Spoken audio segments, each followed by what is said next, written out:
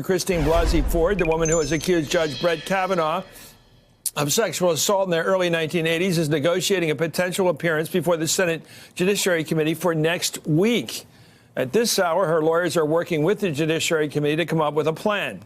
According to an email, her lawyer, Deborah Katz, wanted to discuss conditions under which Dr. Christine Blasey Ford would be prepared to testify next week. Well, Katz goes on to say, quote, she wishes to testify provided that we can agree on terms that are fair and which ensure her safety. Wow. She said the deadline of Monday imposed by the committee's chairman, Senator Chuck Grassley, was not possible, and the committee's insistence that it occur then is arbitrary. However, in a letter sent to the Judiciary Committee tonight, Judge Kavanaugh reaffirmed his desire to testify on Monday. Dr. Ford has said Kavanaugh sexually assaulted her when both were high school students in Maryland in the 1980s, an allegation that Kavanaugh has called completely false. Sorry. Senate Republicans who are eager to move ahead seem to be counting on her failure to appear. Ultimately, we'll have to move forward based on what we know, and that is, his years of experience on the bench and 12 years on the circuit court already in D.C. and move forward from there. If the information is not provided after the time we've spent on this, it's time to move forward and get the votes in next week. Well, if she appears, Dr. Ford would face questions from the 11 Republican men on the Judiciary Committee. Aware of the optics, what it's going to look like, NBC has learned that Republicans are looking to hire an outside lawyer, ideally for them a woman, to handle the questioning of Judge Kavanaugh and Dr. Blasey Ford. For more, I'm joined by Susan Page, USA Today Washington Bureau Chief, Cynthia Oxney, a former federal prosecutor, Peter Baker, New York Times Chief White House correspondent, and Casey Hunt, NBC News Capitol Hill correspondent. Casey, I have to start with you. It seems like the ball is back in the Republicans' court because Dr. Ford says, I'll come next week. She does, Chris. And, she has said that it's not possible for her to be here on Monday. So Republicans are going to have to decide how much do they want to give here. But I think a lot of the energy has been focused on making sure that this doesn't turn into the debacle that it turned into for Anita Hill in 1991. And, back then the entire committee was all men. This time around, there are 4 Democratic women involved. And on the Republican side, just 11 men. And so they've come to this attempted strategy to try and have a female lawyer question Dr. Ford as well as Judge Kavanaugh. And it was explained to me as an attempt to try and turn down the heat, take the politics out of it, make it less emotional.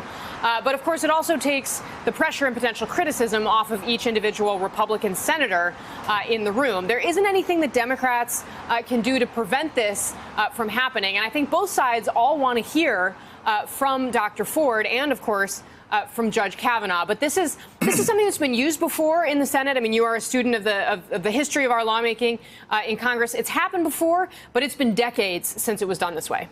Of having a counsel doing the questioning itself. What about the conditions that Dr. Ford has set, that she wants to see other witnesses called? Mark Judge, who was also, according to her, at the scene of the sexual assault. The other person who's not mentioned, I guess, Patrick Smith. There's, of course, Christina Miranda, Christina Smith. Christina King, actually, who apparently knew about this incident from that time period. Are they going to be included in the list of witnesses?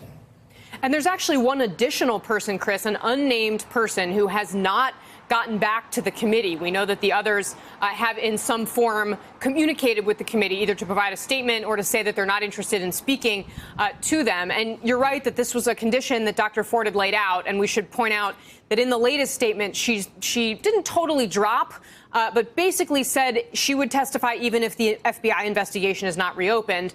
They did not revisit this question of other witnesses, but it does seem as though the strategy has been to draw attention to these places where Dr. Ford feels as though she's not being treated fairly or her lawyers are arguing in her favor.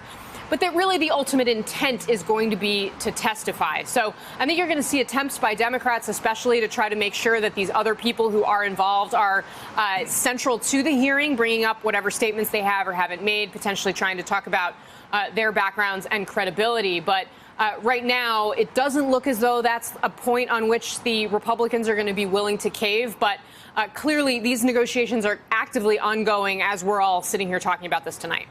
Thank you so much. Hang in there, Casey. Susan, it seems like there's an inconvenient truth here. Is that this professional, this psychologist with a PhD, has a story to tell. And it's her memory that she's counting on, and it's clear, and it's tragic, and it's crystal clear in her mind. How do the Republicans and the public deal with the fact if she goes in there next week and testifies about what she said Kavanaugh did to her as a teenager? How do you believe that it just was made up?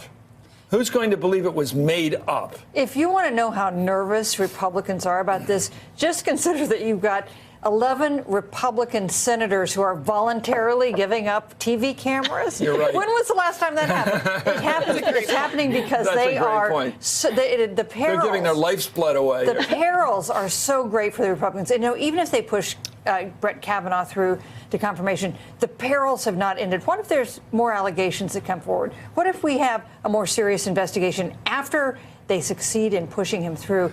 This has both short-term and long-term dangers for the GOP. I think the phrase Dr. Ford, Peter, is going to be powerful. Dr. Ford, tell us what happened, not what's her name, as Aaron Hatch calls her, the other ones, this mixed up person, this confused woman. I mean, the phrases used by some of these Republicans so far are awful. But now when they have to do it one-to-one, face-to-face, it seems to me they're going to have to call her Dr. Ford, and they're going to have to listen to her. Well, that's right, obviously. I think that's what Susan just said correctly, which is why they want a lawyer to do it, protect who would keep them from looking so political. And by the way, keep the Democrats on the other side from doing that same thing. Remember, several of those Democrats are running for president, and they obviously have an interest in, a pretty argumentative, perhaps, interrogation of Judge Kavanaugh. So the Republicans look at this, it's in both their interests to make it a little bit more professional by having a lawyer do it, take the temperature down. But Dr. Ford, we'll see what kind of witness she is, what kind of presentation she makes. A lot will depend on how she presents herself, how credible she appears, how persuasive she is. It's hard to imagine why somebody would come forward with an allegation like this if it's not the truth, or at least that they believe it's the truth. I think what you'll hear on the other side as a defense is, rather than questioning whether this actually happened to her, questioning only, does she remember the right person? Was it really Judge Kavanaugh 36 years ago? Could it possibly be somebody else, some other boy who was there that night? Well, according to NBC News, Kavanaugh spent part of the day today hunkered down at the White House, prepping for the possibility of testifying next week. On Tuesday, Kavanaugh spent roughly 2 hours being grilled by a small group of senior White House staff about his past, his dating life, and his accuser. NBC News has also confirmed that Dr. Ford has hired a veteran Democratic operative, Ricky Seidman, a communications expert, to help offer personal advice. Anyway, a source familiar with Ford's preparations tells Politico that unlike Kavanaugh, Dr. Ford has not been participating in moot hearings or other mock proceedings, at least as yet. Let me go to Cynthia on this about Kavanaugh. How do you question a guy who says he doesn't remember anything? He doesn't remember the 80s, as far as I'm concerned. I mean, he doesn't know anything about any party. But if you're really honest, it seems you'd say, did you ever drink at a party? How many parties did you go to in the 80s where you did drink? Right. Is it possible you might have forgotten something? Did you ever get a buzz that got you out of hand? Did you ever have a blackout? Did you ever drink so much that you had to be driven home? Right. I mean all kinds of questions. What's your limit? 8 beers? 15 beers? What are you drinking those days? I mean, it seems like he's going to have to admit that he existed back then. Right. And and obviously there's a lot of cross-exam that comes out of his yearbook and the statements in his yearbook about drinking and the sexual statements. Something that's interesting that will come out early is, did he even know her or remember her? Because obviously an identification is a very different thing if she knew him before the party. And another important thing will be who else was at these general parties? Because Susan's right. This is all going to be investigated. The Republicans can hide and they can say it's not going to happen and they can push this through. Somebody's either going to win a Pulitzer or the FBI is going to step up. But everybody's going to know what happened at this in the next 6 months. And it will begin with his testimony, finding out what he's willing to say about what he knew about her and the manner in which she testifies. Hey there, I'm Chris Hayes from MSNBC. Thanks for watching MSNBC on YouTube. If you want to keep up to date with the videos we're putting out, you can click subscribe just below me or click over on this list to see lots of other great videos.